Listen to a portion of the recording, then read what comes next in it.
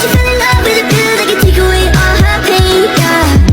She fell in love with a whole new drug that could fill her veins. And then she said, Assalamualaikum warahmatullahi wabarakatuh. Waalaikumsalam warahmatullahi wabarakatuh. Oke, selamat sore semuanya.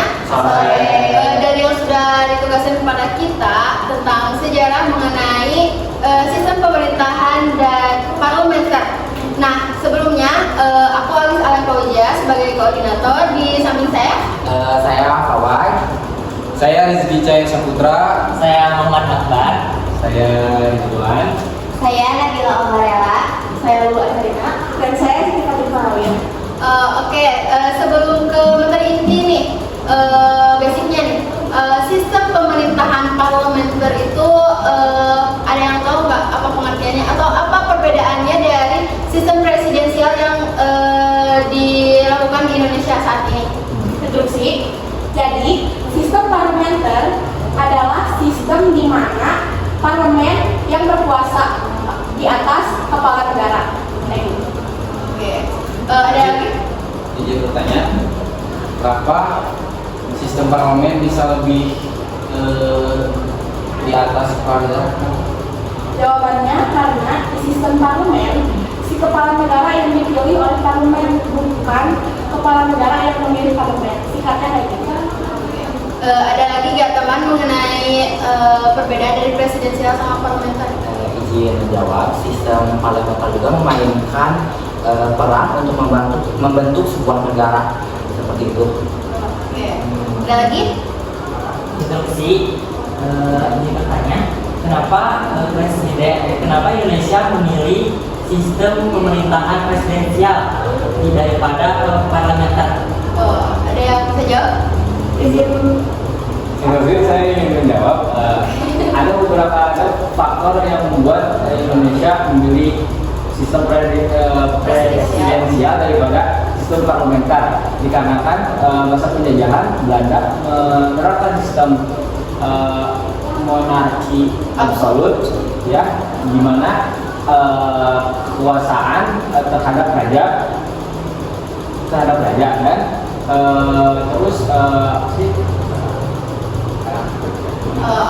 aku ingin nambahin kenapa? Karena waktu itu Indonesia melihat pemerintahan dari Amerika Serikat. Nah, karena Amerika Serikat berhasil nih memakai sistem presidensial. Terus kan dari presidensial ini kan setujuan juga dengan apa yang udah jadi dasar negara kita, yaitu Pancasila. Jadi ingin menambahkan, sepertinya aku pernah baca ya, jadi Indonesia juga pernah menerapkan sistem parlementer, di mana pada tahun 1945 sampai 1959 Indonesia menerapkan sistem parlementer. Namun menurutnya sistem parlementer itu karena kan ganti-ganti itu nih, politik itu kan jadi cepat berubah. Jadi kan kalau presidensial itu dinamis. Ya, kalau di sistem presidensial itu kan ada masanya, seperti kepresidenan itu 5 tahun sekali.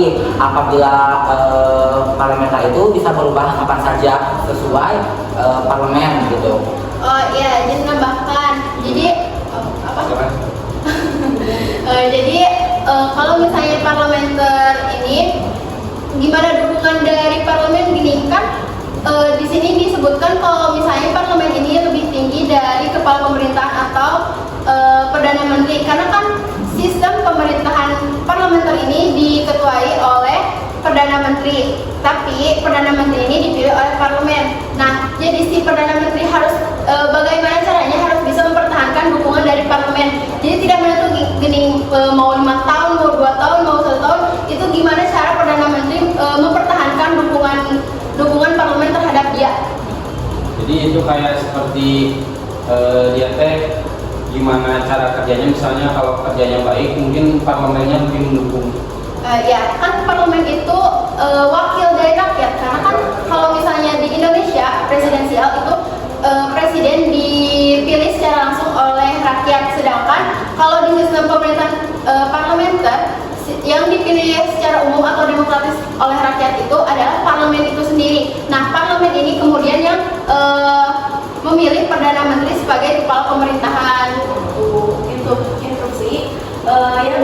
logis parlemen yang dipilih oleh rakyat bisa menjatuhkan perdana menteri jika perdana menteri itu tidak mendengarkan suara atau keinginan rakyat. Ya, betul banget.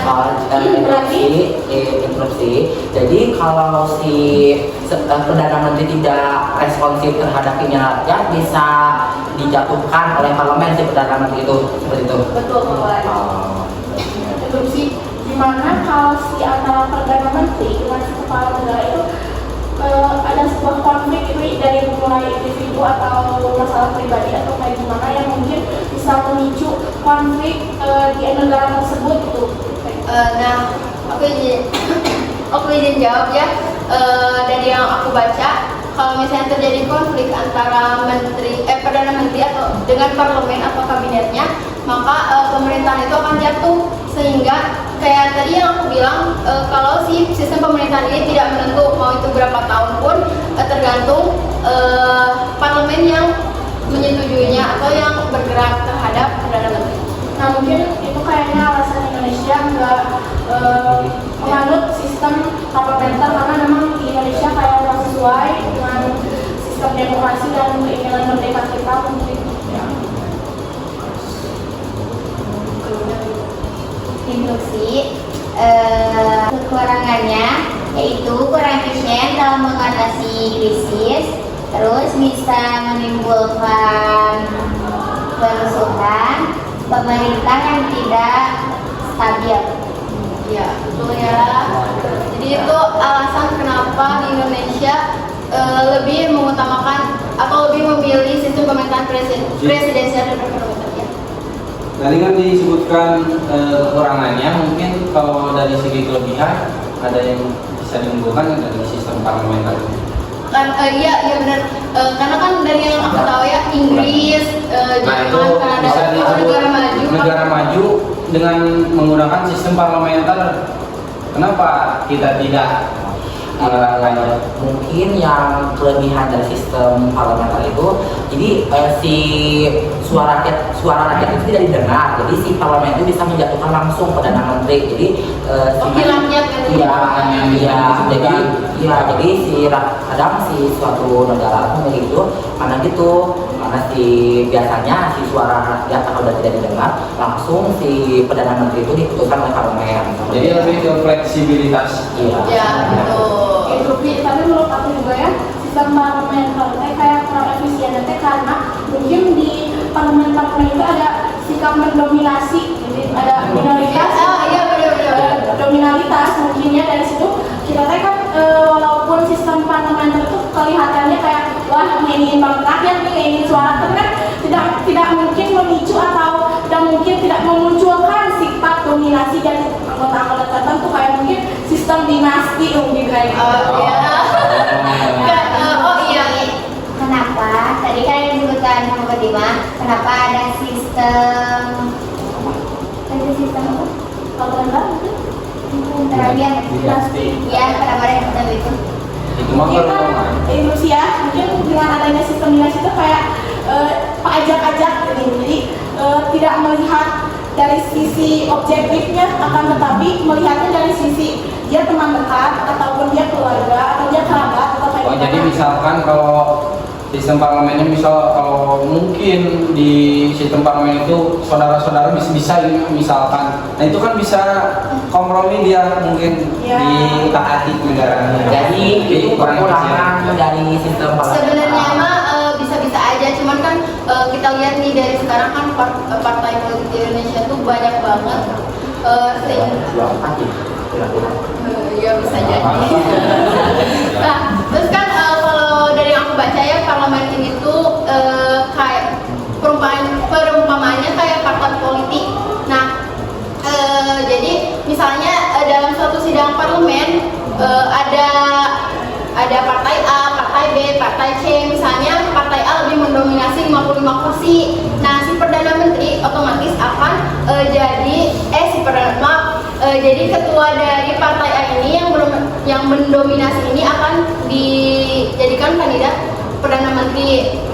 Nah, kalau di Indonesia mungkin bisa jadi dominasi kayak ya jadi oposisi negara kita sendiri. Ya, tapi mungkin dengan ada belum tentu ya kayak kita menganut sistem parlementer, presidensial atau monarki juga mungkinnya tidak menutup kemungkinan sebuah negara itu tidak akan menghasilkan sebuah dinasti. Jadi kayak gitu. Jadi semuanya tergantung pada pengelolaan negaranya itu sendiri dengan kebijakan-kebijakan yang ada, dengan aturan-aturan yang ada mungkin lebih diteguhkan lagi, tidak bisa langsung diubah-ubah sesuai keinginan. Kembali lagi ke negaranya sih.